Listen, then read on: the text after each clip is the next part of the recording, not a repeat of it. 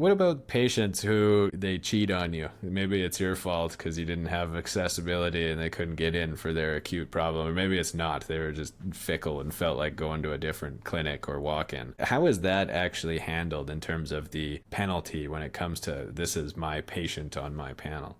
That's a great question. Right now, for the first 12 months, so from April 1st of this year until the end of March of next year, there'll be no penalty if a patient happens to show up on more than one doctor's panel. But, and this is the but, as of April 1st of 2026, that will not be the case. If a patient is showing up on Dr. X's panel and Dr. Y's panel, nobody gets the panel payments. And then those two physicians, we're setting up our clinic managers, our MOAs, and our doctors, unfortunately, to start fighting over patients. Well, this is my patient. No, this is my patient.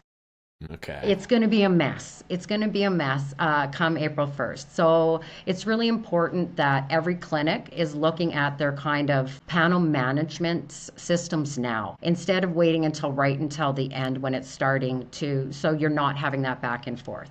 And we're already seeing it in some clinics already where it is happening, where clinic managers are fighting over patients. No, this patient's been coming to see us for 3 years. Well, no, they've been here for 5 years. And we all know there's a lot of patients. There's 750,000, 800,000 unattached in the province. There's a lot of patients to go around that need a family physician. But that is one of the biggest drawbacks that I do see with this PCPCM, is I do not think that we are going to be prepared for what's going to happen come April 2026, when all of a sudden panel payments are going to significantly start to drop for some physicians, and they're going to be put in a position where they're going to have to start taking a more active administrative role on figuring out why it's that way, and probably engaging with some of their colleagues about these patients.